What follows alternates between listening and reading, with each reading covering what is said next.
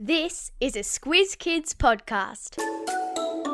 Your fresh take on what's happening in the world around you.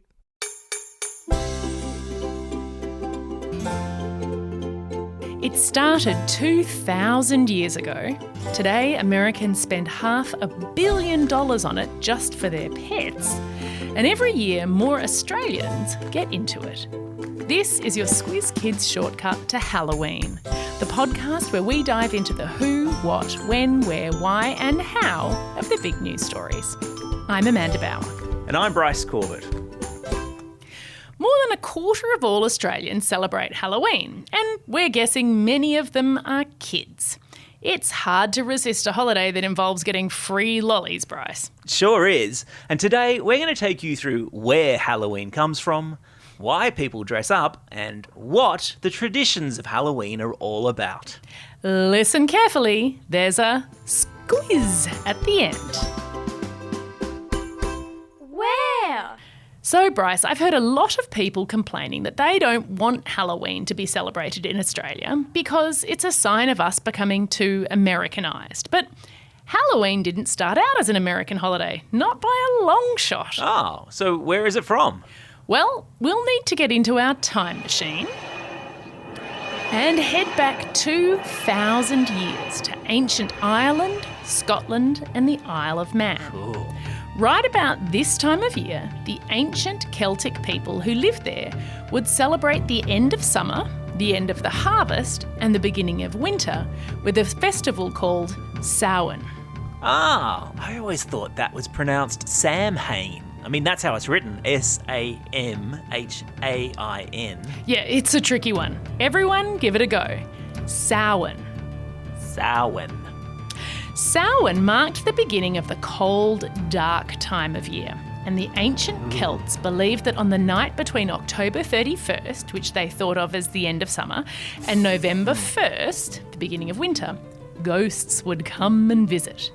They would light big bonfires, dress up in costumes, and tell each other their fortunes. Aha! But then how did we get from Samhain to Halloween? Okay, so in the 1st century, the Romans conquered the Celts. Right. By the 9th century, Christianity had pretty much spread across the Roman Empire and it started taking over the old Celtic traditions. And in the 10th century, the church created All Souls Day, which back then was known as All Hallows. All Hallows Day was on November 1 and it featured bonfires and people dressing up as angels and devils and saints. So it kind of sounds like it was copying Samhain. Yeah, so most historians agree that the church probably came up with All Hallows Day as a Christian replacement for Samhain.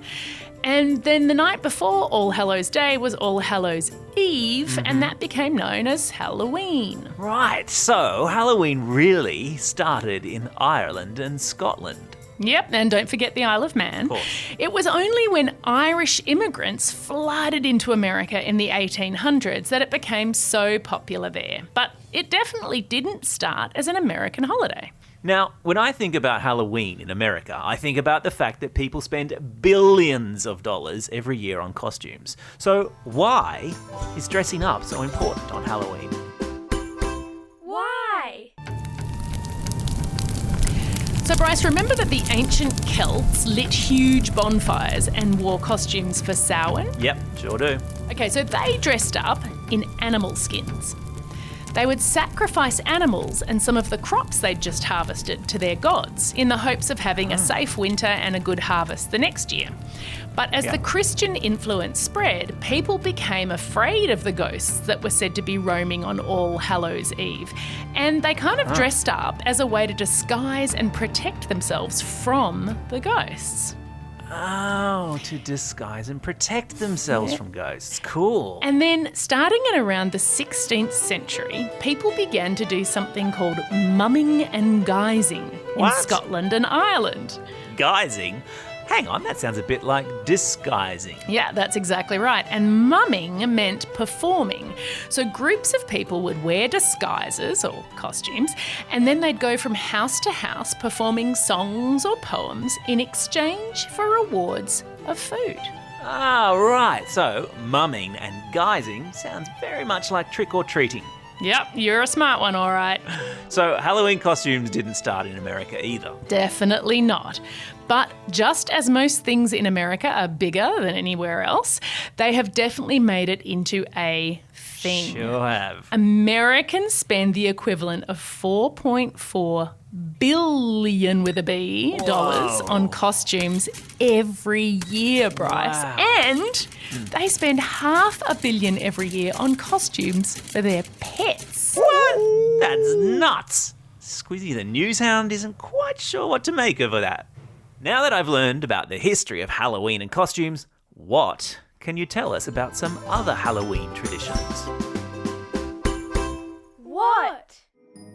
Bryce, there's so much to choose from. Apple bobbing, haunted houses, pumpkin carving. Haunted houses, yeah.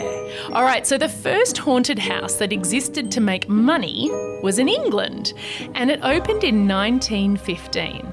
So what they thought of as scary stuff back then is pretty tame by today's standards, but you would go through a maze of rocking floors completely in the dark with air blasting up from below and vibrating walls. So it was pretty spooky for back then. Over in America, haunted houses started to appear in the 1930s, but they got really popular when the Disneyland Haunted Mansion opened in 1969. Oh yeah, I love that one. Okay, after visiting a haunted house, I'd like to carve a pumpkin. Is that an older tradition than spooky houses? Sure is, although the original version is actually turnip carving. Carved pumpkins are often called jack-o'-lanterns, and there's this old Irish legend about a man called Stingy Jack who did a Stingy Jack. He did a bad deal with the devil, Bryce, and he was doomed to roam the earth with only a hollowed-out turnip to light his way. That's a raw deal. So the turnip was Jack's lantern, and he was Jack of the Lantern. Oh, I see. Jack-o'-lantern. Nailed it. So hollowing and carving pumpkins instead of turnips, that means that you can roast pumpkin seeds, make pumpkin scones, pumpkin soup, pumpkin pie. Way yummier than a turnip version. Oh, yes. Now, speaking of yummy, tell me quickly about the tradition of apple bobbing. All right, so remember how the Romans conquered the Celts? So the Romans had a late summer festival to honour their goddess of fruit, Pomona. Young, unmarried people would try to bite into an apple that was floating in water or hanging from a string on a line, and the first one to successfully munch into the fruit was supposed to be the next to get married. So that festival with the apple became incorporated into Samhain, and then it stayed with us for Halloween, although thankfully it has nothing to do with marriage anymore. Still a lot of fun, though, especially when you're face planting into a bucket of water. That's for sure, Bryce. Halloween is a lot of fun. Time for the quiz. This is the part of the podcast where you get to test how well you've been listening. Question number 1. What do we call mumming and guising today? That's right, we call it trick or treating. Question number 2. What was the name of the ancient Celtic holiday that eventually became Halloween? Samhain. Thanks for pronouncing it properly. Question number 3. What do Americans spend $500 million on each year? That's right, they spend that on pet costumes. And they spend over $4 billion on human costumes. Crazy. That's all we have time for today. Thanks for joining us as we explored the who, what, how, where, when, and why of Halloween. Now, get out there and have a most spooky day. Over and